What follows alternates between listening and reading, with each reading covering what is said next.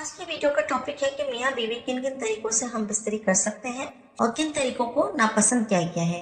मियाँ बीवी खड़े होकर, लेटकर, बैठकर, औरत को अपने ऊपर लिटाकर, बिठाकर या औरत के ऊपर लेटकर या घोड़े बनाकर, क्या इन तमाम तरीकों से शरीयत मुताहरा के अंदर हम बिस्तरी करना जायज़ है या नाजायज़ है। अल्लाह रब्बुल इज्जत ने मर्द और औरत को मुकम्मल तौर पर इख्तियार दिया है कि वो दोनों एक दूसरे के जिस्म से मुकम्मल तौर पर फायदा हासिल कर सकते हैं। जो गलत तरीका है यानी दोबारा में नहीं कर सकते, यानी पीछे के मुकाम में नहीं कर सकते, क्योंकि इसकी मुमानियत आई है। मुमानियत क्या आई है कि अल्लाह रब्बुल इज्जत ने कौम लूत पर इसीलिए अजाब भेजा था क्योंकि वो दोबारा में दखूल करते थे, यानी पीछे के मकाम से हम बिस्तरी किया करते थे, औरतों के साथ और लड़कों के साथ किया करते थे। बहरहाल शरीयत में दुबर वाले हिस्से से हम बिस्तरी करना जायज नहीं, इसकी मुमानियत है।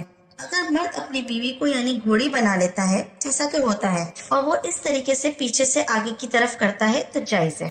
यानी कि आप आसान से अल्फाज में ये बात समझ लीजिए कि महल अगला हिस्सा है, दरवाजा अगला है, रास्ता कोई भी हो, महल आपका वही है, यानी अगली पेशाब वाली जगह जहाँ से बच्चा पैदा होता है, महल वही है। अब आप चाहे उसको लेटा लिटा कर करें या सीधा लिटा कर करें, इसमें कोई कबाहत नहीं, यानी आपको मकाम अपना नहीं तब्दील करना।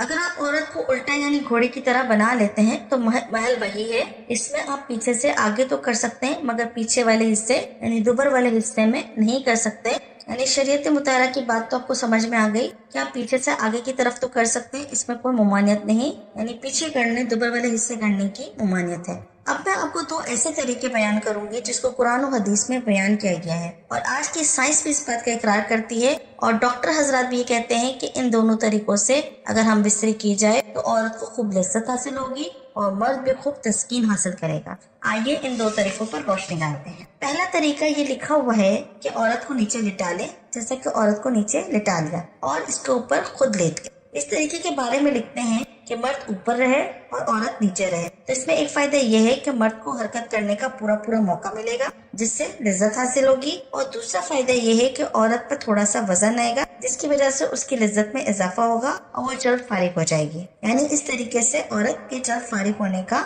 इम्कान है। ये तरीका कि औरत नीचे रहे और मर्द ऊपर रहे, क्योंकि औरत भी यही चाहती है। औरत बेचारी को कभी कैसे करना है, ऐसे करना है, वैसे करना है, वो कर तो लेती है आपकी खुशी की खातिर, आपकी बात मान तो लेती है, लेकिन इस तरीके में वो परेशान हो जाती है।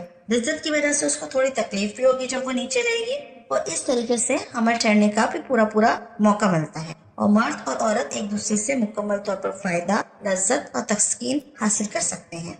इसके बारे में एक माहिर डॉक्टर क्या कहते हैं, मैं आपको तहरीर पढ़ के सुनाती हूँ। डॉक्टर क्या कहते हैं इस बारे में कि जमा में औरत पेट के बल सिर्फ लेटे और नीचे रहे और अपनी टांगों को फैलाए, और मर्द उसके ऊपर इस तरह लेटे कि उज़्व खास एक दूसरे का मुकाबिल हो जाए, यानी औरत नीचे हो और मर्द ऊपर हो। इस तरीके से दोनों की शर्मगाहें मिल जाए और मर्द जमा करके कुदरत की मंशा के मुताबिक हरकत करने लगे। यानी जैसे कि मर्द हरकत करते हैं, आपको पता है नॉर्मली जमा के दौरान जो मर्द हरकत करते हैं, इसके जरिए से क्या होगा कि मनी सीधी बच्चादानी के अंदर औरत की बच्चादानी में दाखिल होगी, तो हमल ठहरने का जो इम्कान है वो ज्यादा से ज्यादा होगा। इसके अलावा इस तरीके से औरत भी जल्द फारिग हो जाएगी और इसके अंदर भी ढीलापन आ जाएगा, और मर्द भी फारिग हो जाएगा, और मर्द का जो ज़कर है यानी जो पेशाब वाली जगह है वो भी सुकड़ जाएगी। आपने कहा कुरान पाक का कोई रेफरेंस हो, तो कुरान पाक में अल्लाह रब्बुल इज्जत फरमाते हैं, यानी जब मर्द ने औरत को ढांप लिया तो इसमें बिल्कुल सा हमल रह गया।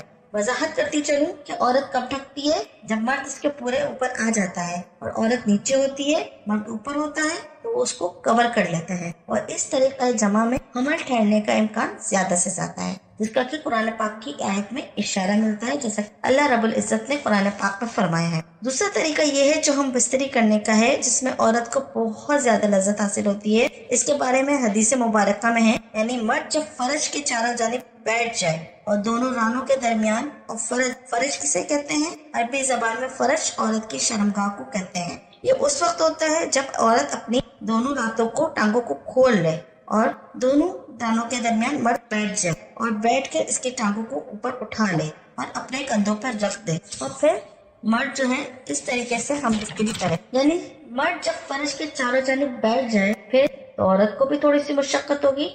ये हदीस के अल्फाज है, तो इस तरीके से आप हम बिस्तरी कर सकते हैं। یہ دو طریقے ہیں جس کو شریعت نے پسند کیا، اس سے مرد اور عورت دونوں کو لذت و سکون حاصل ہوتا ہے اور اولاد ہونے کے، حمل ٹھہرنے کے زیادہ سے زیادہ امکانات بھی ہوتے ہیں۔